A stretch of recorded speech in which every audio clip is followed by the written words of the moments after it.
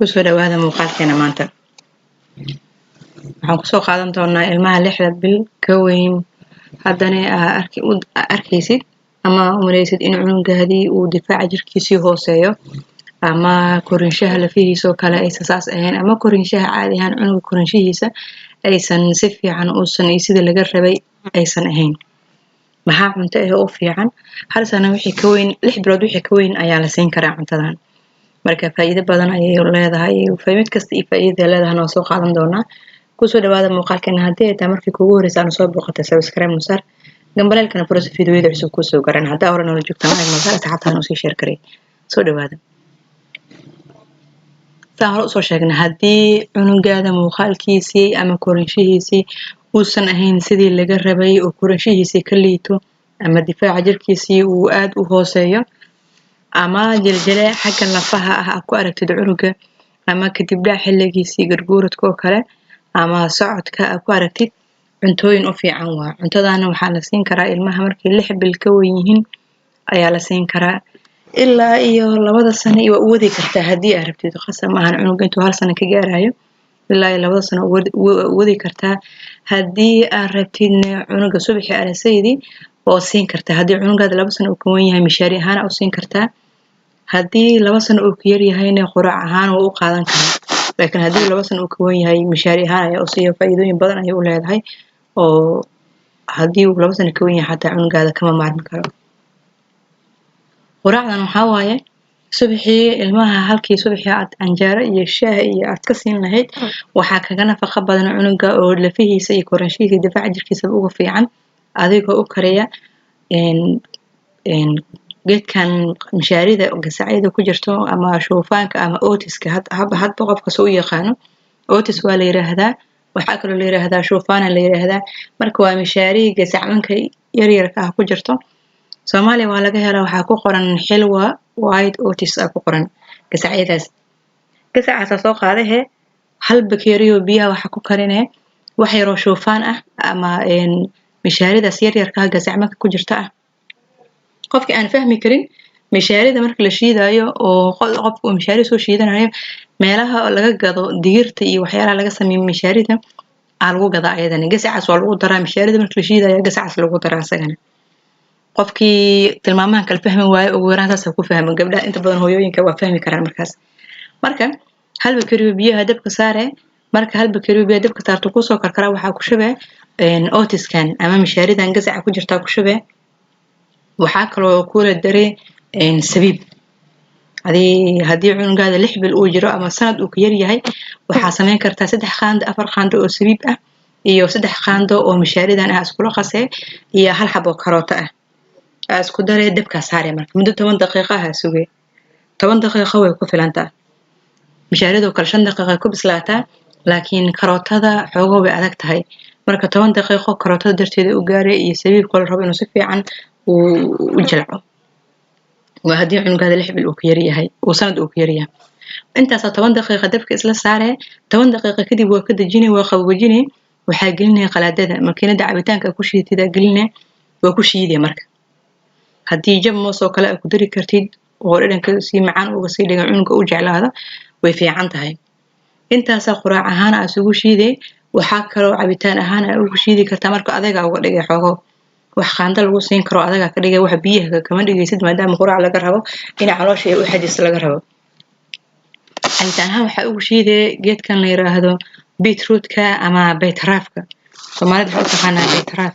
marka baytaraafka cabitaan ahaan u shiiday haddii aan u soo laabano xagga faa'iidooyinka ay leedahay maxaa waaye mid kasta faa'iido leedahay dhahanay oo waxa ugu dooranaa waxay tahay faa'iidooyinka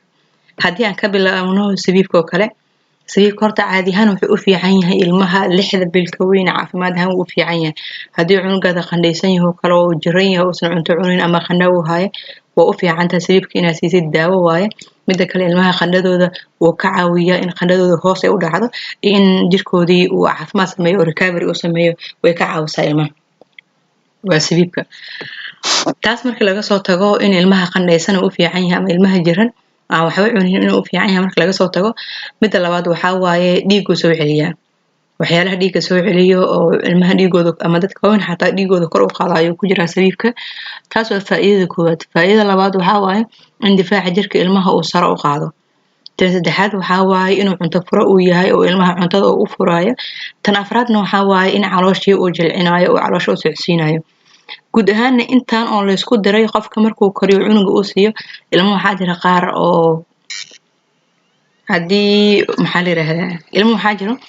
saxaradooda ay adag tahay ama aysan adkeyn laakiin cunugii saxaradii inuu soo saaro ay dhib ku tahay. hooyooyin badan inay arkeen laga yaabaa cunuga saxaradiisa mararka qaar ma adko oo saxaro caadi ah laakiin cunugii inuu saxaradii soo saaro dhib badan oo ka maraa. marka quraacdan oo kale ilmahaas aad ay ugu sii fiican tahay ayaka oo cunuga asagoona isdhibin ama riixitaan badan iyo xanuun ayna ku dareemin cunugii ayuu si fudud ku saxaroonaa. marka waxaana tan shanaad asagana wuxuu yahay sabiibka saxaradoo jilciya oo laxatives waxyaalaha la yiraahdo ayuu kamid yahay.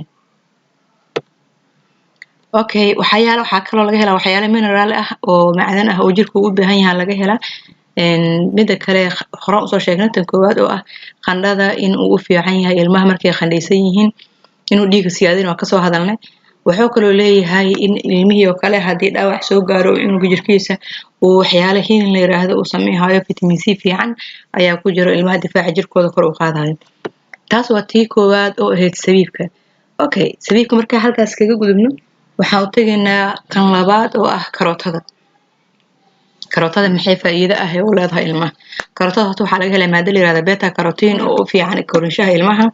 waxaa kaloo laga helaa vitamin A. beta carotene vitamin A da waa wax isla socdo. marka vitamin A daas laga helaa karootada. waxay kale ka caawisaa ilmaha aragga indhahooda inuu mid xoogan u noqdo. sidoo kale waxay ka caawisaa difaaca jirka ilmaha inuu sare u qaado.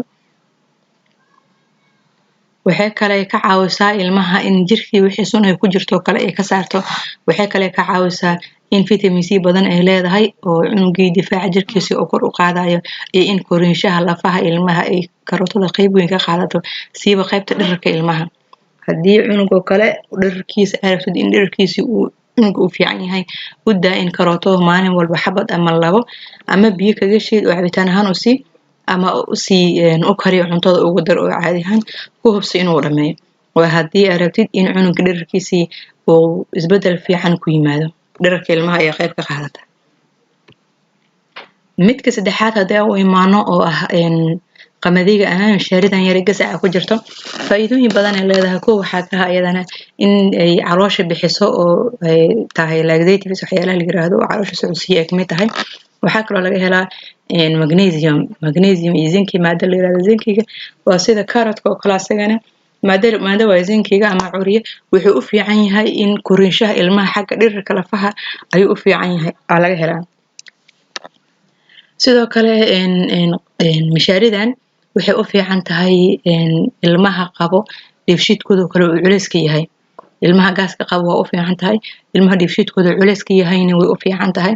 sidoo kale waxay u fiican tahay caafimaadka ilmaha guud ahaanba. subaxii cunuga markuu soo kaco in quraac loo siiyo aad ay ugu fiican tahay. in burka iyo canjeeradaas quraac looga dhigo waxaa ka fiican qamadigan in quraac looga dhigo. okay tan ugu dambeyso oo ah cabitaanka. saddexdaas ugu horeyso waxaan kaga soo baxnay quraacdii ilmaha la isugu daraayo ee loo shiidayo ee quraac ahaanta loo siihayo. laakiin xagga cabitaanka marka la dhahno waxaa dhahnay beetroot ama beetroot ayaa ilmaha looga dhigaa cabitaan maadaama quraacdooda la diyaariyey. cabitaan quraacdii cunuga markuu cuno kadib uu looga dejiyo ayuu u baahan yahay. maahan in cunuga caanaha kaliya markuu cuntada cuno xataa caana aad ka daba siiso. caanahana waa sii hel laakiin ugu yaraan cunuga meel uu hawada kusoo gedisto u sameyn uu cunugii uu xiiseeyo cunugiina faa'iido ugu jirto korinshihiisa wax badan ka anfacaysa. waxaan ahnaa waa beetrootka ama beetraafka asagana wuxuu qayb weyn ka qaataa difaaca jirka ilmaha inuu xoogeysto iyo in cunuga dhiiggiisii uu fiicnaado. haddii cunuga anemia uu ahaa ama dhiig yari ahayso kale isbedel fiican kaga dareemay oo cunuga difaaca jirkiisina uu xoogeysaha dhiiggiisina wuxuu noqahaa anemiyadiina waa kaga fiicnaha oo HB-giisii meeshii loogu talagalay ayuu imaha. marka waxaa fiican haddii cunug 2 sano uu ka weyn yahay xataa markaas waxaa sameynaya 2 jir uu ka weyn yahay intana isugu daray waa u shiiday mishaariya u naqanay marka biyo xoogo jilaaca uga dhiga intii canjeeradii quraacda aan siin ka hor arsiidii koobaa ka sii hay kadibna quraacdiisa ayaa sii kartaa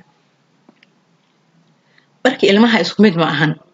gabar maalin hore commentiga dhahaysay ilmo cunugi waxaas intaas kuwaasi waxba u tari weysaa arkay ilmaha jirkooda isku mid ma ahan bani aadamka soo jirkiisa isugu mid ahayn ilmahan sidoo kale yihiin qofkan jirkiisa waxa uu qaato waxa laga yaabaa qof kale inuusan qaadanin wixii adiga ku anfaco waxa laga yaabaa qof kale inaysan anficin ma ahan qasab wax kasta oo la sheego in dadka oo dhan ay wada siman yihiin ay kulli ay wada anfacaan macquul ma ahan jirka bani aadamka ilaahay isku si uma abuuran isku sina uma shaqeeyo marka qofkan wixii anfaca qasab ma ahan qofka kale inuu anfaco muuqaalada ciwaanada isaga egyihiin laakiin inta badan waa iloobaa kuma soo qoro qaybta koowaad qaybta labaad qaybta saddexaad kuma soo qoro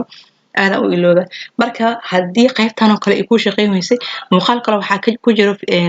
janalka isla ciwaankii ku qoran yahay laakiin qaybtii labaad ah haddii kii koowaad uu ku anfici waayo inuu kii labaad ku anfaca laga yaabaa haddii kii labaad uu ku anfici waayo inuu kii saddexaad ku anfaca laga yaabaa dadka jirkooda isku si wax uma qaataan muuqaalkan intaan kusoo kooba haddii taa markay kugu horeysa aan soo booqatay subscribe noo saar malelkana furasi fiidiyoda cusub kuu soo gaaraan haddaa hore noola joogtaan like noo saar asxaabtana usii sheer garee waxaan rajeynayaa in aad ku faa'iidi doontaan insha allah